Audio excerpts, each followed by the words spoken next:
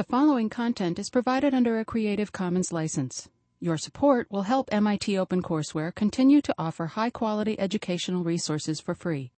To make a donation or to view additional materials from hundreds of MIT courses, visit MIT OpenCourseware at ocw.mit.edu. I'm a new student with the Kinema Color group, but for a little over a year I worked at a company called MITRE, which one of them's up the road, the other one's in DC. And we sort of on and off worked on this project. I myself with a guy named Gary and Robbie, and then Mark Lavoie, who is from Stanford. And together we eventually put together a nice project, but it took a bit. So 2009, 2008 is kind of the general time frame we did this. But this is going along the lines of capturing sort of multi-domain or multi-dimensional data, spectral data, or polarimetric information, or high dynamic range with your camera, but doing it in a single snapshot. So I'll discuss that in a little bit of detail. But first, just some background. Just to give you an idea of what I mean when I say multi-domain. We know there's a ton of pixels. Ramesh showed some slides of the increase in number of pixels per sensor and whatnot. And the sort of thrust of this research was finding a new way to use those pixels besides just spatial resolution. We think there's plenty of spatial resolution out there. What about color or some other interesting properties of light to capture? So some of those include polarization. So here, a group used a polarimeter to distinguish a man-made object. This is metal from some plants. The way it works is metal reflects more polarized light than a plant does, which actually reflects a little bit of polarized light. And they can pick out objects like that. I'll show some examples of that, what we did later, I think. Anyways, you can see cool effects like birefringence in glasses or transparent media. And then obviously what's known for photographers is it helps I forget the word, but clarify sort of haziness in images of water, because water reflects polarized light, and so does the sky. So you get a clear blue sky with a polarizing filter for conventional photography. You could also do multispectral imaging, which is just capturing a very specific spectral information instead of just red, green, and blue, which are huge sort of bands in the frequency dimension. These are very narrow band images. These are both captured over time.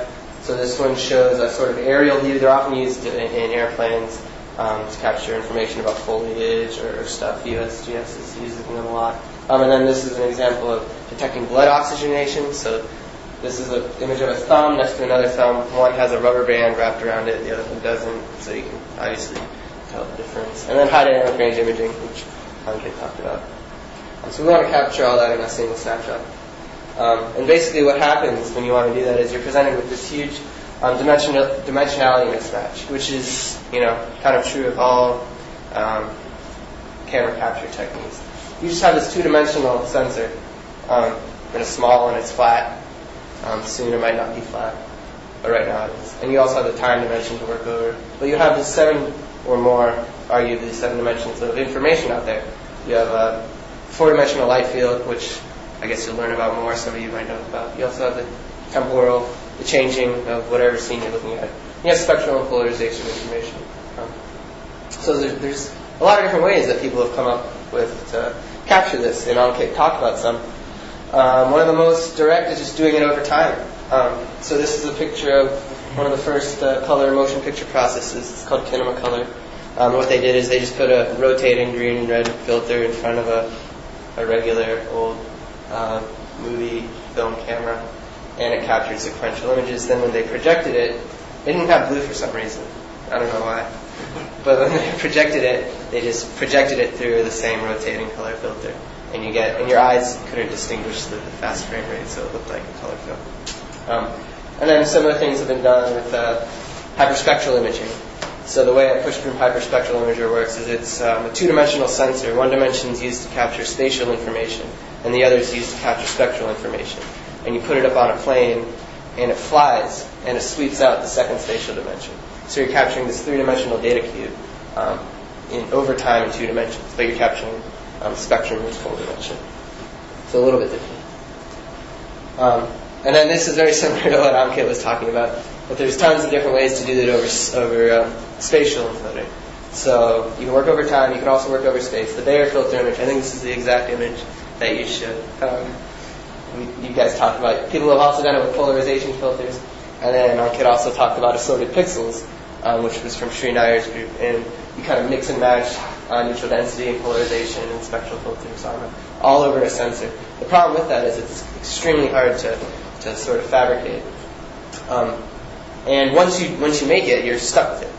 So you can't very easily take off your lens and peel off your filters and then put another one on it. Very sensitive to alignment and stuff. So other people have tried capturing multispectral information or other types of information with just many cameras. So you guys saw the profusion camera we had on the first day. This is very simple, similar design called periodic, or Tombow you also learned about, where you just put different color filters over each little camera, and you can get a single snapshot from all the cameras. The problem with this is there's issues of registration and alignment with the cameras, and it's expensive. That camera costs $10,000. So it's a good method, but our method is a little bit different, I guess. The third way, I think the coolest way of doing this, is with this method called code division multiplexing. There's only a couple of examples of this, but basically you computationally capture a three-dimensional data cube on 2 dimensions, and then computationally try and guess the third dimension. So you're trading off in computational power and also error associated with your estimations. But some examples of this is this Cassie, which was developed at Duke, and it's a single snapshot spectral imager, similar to what we do. What they do is they put a coded mask in an intermediate image plane, and it shifts the data cube sort of in 3 dimensions, and they can estimate color, many color channels from a single image. And a similar, very famous example of that is called Cetus. It stands for, I think, Computed Tomography Infrared Spectrometer. But it was invented in Arizona, and what they do is they use a very, very special, cool sort of holographic plate. And what that, you can take an image, and the holographic plate makes this very interesting spectral dispersion, which they know exactly how it's being dispersed, so they can reverse the spectral dispersion to get a full dimensional image, but also have all this color information. The problem with it is the hologram they use is very sensitive to directionality of light, so it has a very, very narrow field of view. So basically, I have a really cool movie of some guy lighting a lighter, and you see all this spectral stuff, but that's as wide as the field of view is like one little lighter. But it's a really cool. So just a basic idea of our approach. I won't get into too many details. I'll go over this kind of quickly. But you have a camera, right? And you're capturing 2 spots on an object. One's red, one's blue. And at the sensor, the rays, let's pick the red spot, are both integrated at the sensor. So you can't tell which ray came from where in either part of the lens. If you misfocus your sensor, you can tell once again. So you know this ray is not integrating with that one. So you know it's coming from this spot in the lens, and likewise for that one. But when you misfocus something, everything just blurs together. There's no separation spatially of the rays. It's hard to distinguish them, unless you're doing like astronomical imaging where the stars are surrounded by black, then you have a chance. What we did is we put a pinhole array on top of the sensor. And that has a couple interesting properties. It's very similar to a light field. I won't really get into it, but basically what it allows you to do is it allows you to take your Bayer filter array that you originally had at the sensor plane and you just kind of move it up into the lens. So now instead of having a repeated Bayer filter pattern over your focal plane, you just have one filter array and you can stick it in your lens. And what each of the pinholes are doing is they're effectively imaging this aperture. So you can think of like each of these being a little pinhole camera, and each of them, all they can see is this filter array. So you're creating this tiled filter array. But it's also still capturing the information about the object. So for example, if you put a red filter in this part of the ray and a blue filter there, the red filter will attenuate the blue ray. So you'll see that figure out it's red there on a product. This was a grayscale sensor. Only one of the sensor areas will light up. Same with the blue filter area on the other pinhole. So that's the general idea. But the trade-off with this is now you have a reduced spatial resolution. Your spatial resolution of your output image is going to be given by the number of pinholes you have in your pinhole array. And your filter resolution or whatever, it's not really color resolution anymore because we're going to put different types of filters in here. It's going to be given by the number of filters you stick in your filter array. And there's an interesting trade-off there, which I might have time to talk about. I won't really talk about the specifics. Basically, since we have a digital image now on a film sort of setup, this wouldn't work at all because you can't really cut out the little pieces of different spectral areas and stitch them together. It'd be really difficult. You could reverse project it, which people have done with film. But anyways, we just take different areas. So let's say this is just sort of a piece of an image, which I'll show you later. And each of these is kind of not projecting well. Each of these white boxes is the area where the filters are being projected. So there's a 3x3 filter array. The center one, I think, is a very non-dense filter. So let's say this is a green filter from this area. You can take all these green filters, stitch them together, and make a green image. Let's say this is the red filter area. You can do that and make a red image. And you just do that digitally. It's just like a lookup table. It's very straightforward. And this is what our setup looked like. We just had a regular lens. It's a Nikon lens. It was like $100, and they're really easy to take apart. So if any of you ever wants, for whatever your project for this class, to put stuff in the aperture of a lens, come to me. I can teach you how to do it in like 5 minutes, and it'll take you like 30 seconds each time to undo the lens and put it back together. But we put color filters in there. Can't really see them that well, but we just put these little color filter discs. I made them. And then we also, I'll show you some results for something I did this summer. I put a spectral filter in the aperture, which changes our design into sort of a snapshot spectral imager. And then here we have our pinhole array. This is the CCD, and this is, we just kind of sandwich a pinhole array right up against the CCD. And the cover glass over the CCD, which is like a millimeter thick, sort of dictates the distance between the two. So here's some example images. This is just the image, raw data image. And here's a zoomed up version. You can kind of see each little pinhole region close up. And then you could do some Lambertian division, which is just sort of normalizing the image, because instead of using, so basically we wanted to use a lens slit array, which is just almost the same thing as a pinhole array. Ankit showed you some slides from Stanford where they have the lens slit array. That's just really expensive, and once you get it, it's sort of fixed. Pinhole arrays you can print off. You can vary the distances between pinholes and the sizes of pinholes. So it's a much easier way to check when you're doing an experiment. But they have imperfections, obviously, especially from printing. So that's why we did Lambertian division, to sort of get rid of those imperfections. And so this was done on a grayscale sensor. So it's just a gray sensor, no color information. But we put 6 filters in the aperture for this picture. A red, green, and blue filter, and then 3 polarizers. So we took an image, and the image is there's a big TV back here, and there's a color chart here, and a book, and then a polarizer sheet over here. But you can see we got a color image, which kind of approximates the color of the scene pretty well. Yes? When you say printed, so there's this company called PageWorks. It's actually in Cambridge. And what's the process called? I'm blanking. It's just printed. You just print black and you just leave a point for the pinhole. So it's on a transparency. So it's just like printing a transparency. Yeah. So, okay. It's just easy to make them. And the contrast isn't great, but it's... Because there is layout goes for Yeah. And laser cutting would work? You could laser cut? No, they wouldn't have. So the pinhole sizes are about 50 microns. So I don't think a laser Could you laser cut on something that then you shrink? That's what we were trying to do last year. And it worked? Well, I mean, it does work. Okay. For what we wanted to do, we needed still much more. So it's not really okay. But yeah, it works. You print on a shrinking and then. And it's homogeneous. It shrinks homogeneous. Okay. It's not uniform, but. Okay.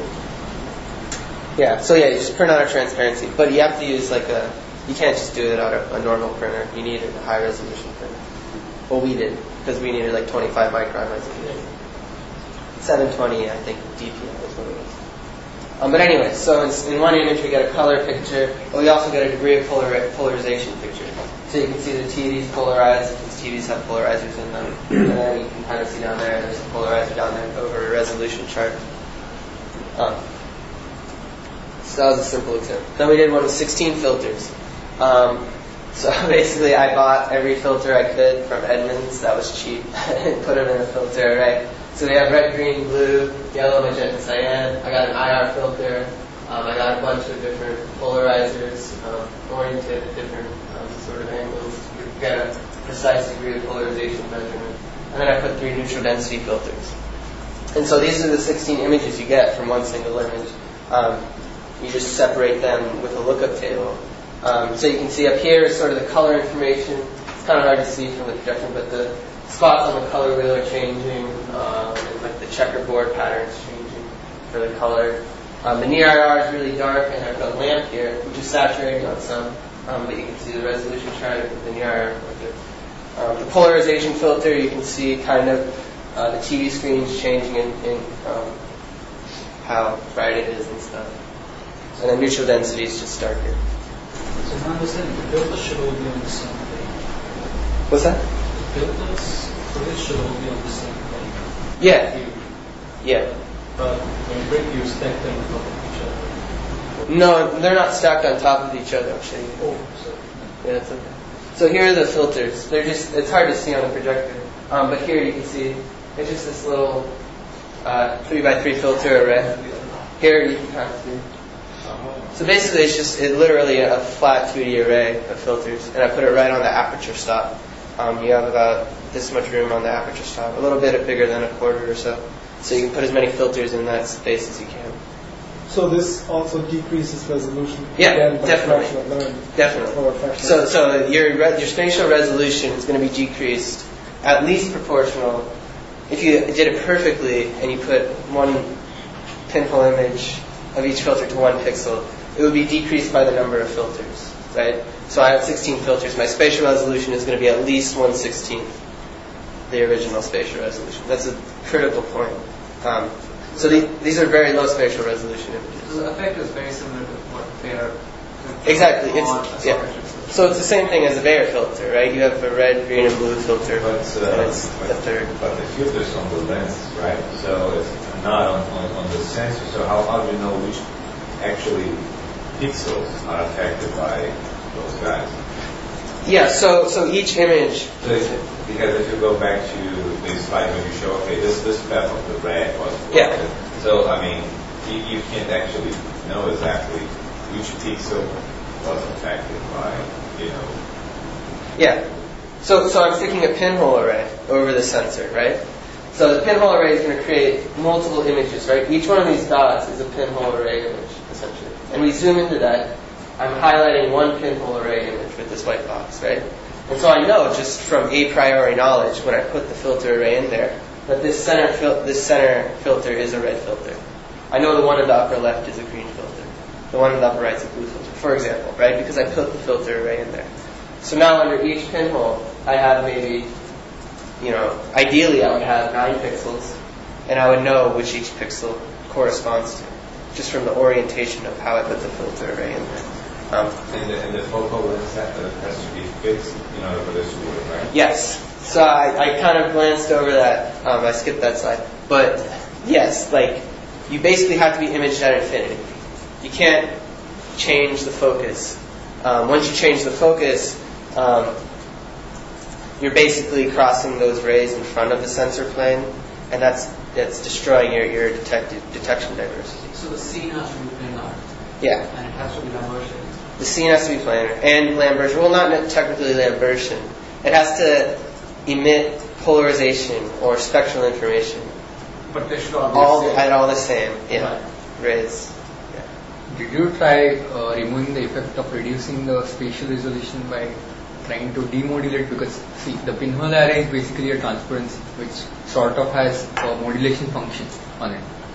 So if we demodulate it on computers, once the image has been captured, you can actually regain the spatial resolution reduced by the modulation. I don't really know what you mean by modulation. I mean, basically, since you have filters in your aperture, those are attenuating light. But that's like operating a function over the image, right? Yeah, but you're also mixing in all this diversity, right? So now you have all this spectral and polarization diversity mixed in from the different filters, which are going to change depending on your spatial location, right? So if I have a polarized object up here, it'll be, so modulated by one polarizer, but not by another. It's just like layer mosaicing. I mean, you can develop some sophisticated demosaicing algorithm that fills in the missing information, but it's going to just be hard to search. It's not going to be physically better. Okay, I'll just try and finish up quick. So just an example of using those 16 images. People ask, well, why do you want 16 images of all these different things? So I tried to come up with a clever example. But basically, you can create a color image, right? And you have this huge saturated area from the sun or from a lamp or whatever. So you can just make a quick HDR image using the free HDR filters on top of the color information. So now you can see there's kind of like a resolution chart back there. And then what you can do is take a degree of polarization measurement using the 5 polarization filters. And that'll kind of find things that are reflecting polarized light or emitting polarized light. So, for example, the man-made object sort of example I showed you before, you can pick out which objects are man-made, which are leaves or whatever. And you can also pick out things emitting IR information, the near IR filter. So people, I guess plants emit near IR more than people. But if it was extended into the IR range, you could identify people. But you would need a better sensor than a regular CCD. So you combine all those, and I did it with 12 different filters out of the 16, and I created this sort of foveated or region of interest, extended dynamic range color image. And you can see there's some errors, obviously, and that's because when I was trying to find polarization, for example, if it's a low intensity area, it's not going to emit any real information about polarization. It's just going to be a dark area. Things like that are causing error. And also, from the angular or the different planes perspective, you can kind of see down here that there's a bar sticking out, and that's because as things get closer, error associated with essentially having different perspectives on an object becomes apparent. So it only works for planar objects towards infinity, or it works best. So the next example, I just did this over the summer for a quick paper. Instead of putting a filter array, we put a spectral filter in the aperture down here. And what this does is essentially like a grating. It just splits up the incoming light into all different wavelengths. It went from 400 to 700 nanometers, so across the color spectrum, and it had a resolution of about 10 nanometers. So that's pretty good. And they're cheap. They're like $200 at Edmunds, and they're small enough to fit in an aperture. So they're really useful to do experiments with cameras. So I just took a picture of some crayons and picking out different pixels. So this is a reduced resolution image of some crayons. But picking out certain pixels, you can get it was roughly 25 pixel resolution of the 400 to 700 nanometer range. So you can see this is magenta, has the red and blue components, but not the green, teal, orange, blue. So yeah, and I have one more example of that. So this is the same crayons, different pictures. But I noticed when I was doing the experiment that if I had the lights on or if I had another light on, I would just get really different results. And I was scratching my head, why does that happen? Well, it's obvious because fluorescent lights emit so much different spectral information. Our eyes just can't really tell. But these lights versus these fluorescent lights have a very different spectral distribution. So I didn't really label them. But these are definitely just fluorescent lights, or maybe one's fluorescent lights and one's another desktop fluorescent light. So you can see this sharp peak for this. Most pixels just have this sharp peak. Our eyes just integrate over all of that, so we don't really notice it. It just looks like white light. But if I just put on a regular desk lamp, like an old-fashioned bulb, you get this sort of distribution. So these are all from the same exact pixel, but I was just changing the lights in the room. So that's pretty interesting. basically the light coming in is multiplication of the incident light and the color of the exactly. So yeah, that's it. Any questions? How many channels do you get From this? Roughly 25. It just depends on your pinhole array pitch, right? Another thing, so I really want to do this and make a better filter because the filter I use is just a one-dimensional filter. It's generally used for like laser experiments. So you like hit the laser on it and you can tilt it different ways and select a specific wavelength if the laser is more broadband than 10 nanometers. So it was only one-dimensional, right? So it'd be cool, much better and more efficient if I had a two-dimensional filter, so that I could use all the area. But yeah, roughly 25. Any other questions? So those graphs are made out of 25 too? Yeah. Another question was, in your experiment, like, so each pinhole is making an image of the filter. Yeah. How much in your experiment? Like, how many of the pixels were just wasted on like the border? Yeah. A lot. A lot. So I started with I think it was 10 megapixel sensor, and my spatial resolution was around 300 by 300 for each of the images. So, I mean, that's for like, something like 16 filters or 9 filters. So a ton is getting thrown away somewhere. And each filter is not being imaged to one single pixel. It's being imaged to like a 3 by 3 or 4 by 4 array of pixels. So, I mean, it's incredibly wasteful, but it's just an idea. So you could really fine-tune it, probably make it more efficient. I think the big advantage is you can do all of those things while putting a filter in the lens and not have to put it on the sensor. So, like someone was asking, can you change this? So yes, you can just take it out and put a new one. You can get a different spectral response if you need it. So that's what's interesting. Yeah. Can you say something about the diffraction issues? Did you have any? Yeah, a little bit. So pinholes are really pretty inefficient, pretty bad at resolving light, which you guys might learn about. So lenses, everything has an associate. It's called a point spread function. I don't know if you've heard that term, but basically a blur spot size. Pinhole blur spot sizes are more of a geometric projection of the size of the pinhole. So you want to let a lot of light through with a pinhole, but depending on the size of the pinhole, you could just imagine light just passing straight through the pinhole, right?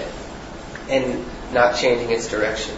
So that light will have the blur spot size roughly the size of the actual pinhole. So that blur spot size, in my case, I was using 50 micron pinholes. It's going to be 50 micron, which is relatively large because a pixel is about 10 microns. So that's why I was imaging to about 5 pixels per filter. If I used a lenslet array, it would have been much better. Diffraction effects and whatnot would have been much less. I think we're going to be talking about using a lenslet array in other projects. And another interesting thing is that so the point spread function in a camera, or the blur spot in a camera, is given by the shape of the aperture. So if you're taking a picture and you go out of focus, the things out of focus have a circle, right? Like a little blur spot. That's because the aperture is a circle, right? If it was a square aperture, the things would have a square, and so on. But when you're in focus, even the little blur spot is given by the shape of the aperture. So I was putting all these crazy filters in the aperture. And each filter is going to change the point spread function depending on the color of the scene. So basically across my image I was getting many different types of point spread functions. Some were strange, shapes because of the different properties of the objects in the scene. So it's very different problems to try and fix or analyze because of all the filters in the aperture. I have just a couple of more points I wanted to make before we end. We've seen, right at the beginning of the class, I had these 4 or 5 things that we wanted to improve about cameras, and one of them was improving the spatial resolution. So, in the case of film, it's sort of ambiguous because it's hard to define what resolution is for film, but for sensors or for digital, it's usually just the number of pixels, and it would be hard to imagine how you can increase the information you're getting from a fixed number of pixels. But there are techniques for doing that, and the most popular ones are what's called super resolution. I'm not going to go too much into the details of what super resolution is and how you do it, but just to give you an intuition, the idea is that you take an image with your camera fixed at one position, and then you move the image sensor by a fraction of the pixel size, and then you take another image. And since you've moved it by a fraction of a pixel size, the information that you capture is actually different from the first one, and you can combine these two images together to get a higher resolution image. There are obviously issues with that, one of which is that you have to move the sensor by less than a pixel size, which is usually 1 or 2 microns, and it has to be very precisely controlled. So you find this in really high-end cameras. I think Sinar makes cameras which do this medium format cameras. And there are also fundamental limits to how much you can do using this. You cannot just, you can usually not go beyond a 3x or a 4x or even just a 2x increase in resolution. Anything beyond that is what they call hallucination. You may create an image which is 100x resolution, but it doesn't have any information in those higher frequencies. So that's the super resolution. So panoramas over time is just taking an image and just scanning it like this and stitching them all together, create a large panorama. You have a big high resolution image, and you do so, and in doing so you also get a wider field of view. So recently this technique was adopted by people at Microsoft Research and I think University of Konstanz, where they built a device that essentially scanned the whole scene and took a whole bunch of images. So this one was created out of 800 images that were captured over the period of a few hours, and then they were all, they found correspondence points and essentially just stitched them together to create this one large 1.5 gigapixel image, I think, or 3.5 gigapixel image. And just to give you a sense for how much information is there, you can actually see the person sitting inside that crane, or whatever that is. And there is a website, I think it's called Gigapan, is what the device, like they sell this device now, and Microsoft gives you the software, I think it's called HD View, which you can use to both view these images and also generate your own images. And just, you buy this thing, you put your camera on it, sits there and takes images for a few hours, and then you just stitch them all together. There is also a group, there's a husband and wife group, couple who've been doing this for a while using film photography. They have this large format film camera that they go out and take these huge gigapixel images with, and they have their own custom scanners in order to scan them and get a digital image out of it. And a number of other people who've done this kind of thing. But if this is a consumer device, how I imagine is this actually having the camera move around a lot? So the way they have is something like this. You know, if you can see it, it just rotates and takes multiple images.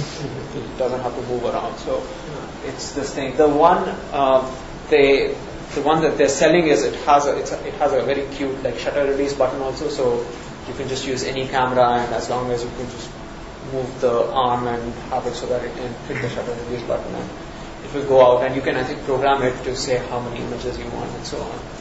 So either you can just create a panorama, or you can create a very, very high resolution panorama like that.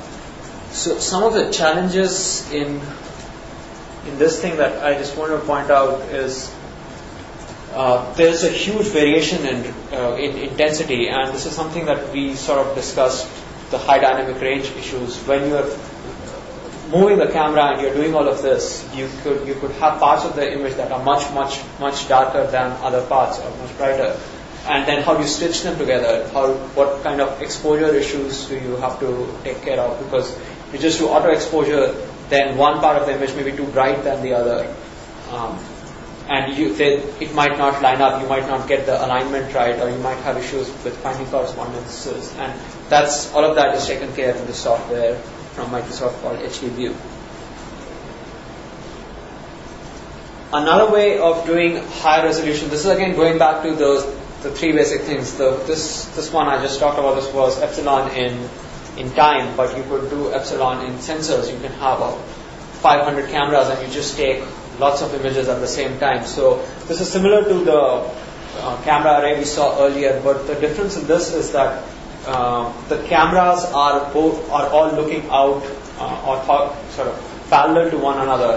In the previous case, they were all looking at something in between, so there was a larger overlap. In this, the overlap is much less. It says 50%. I think it's even less than that.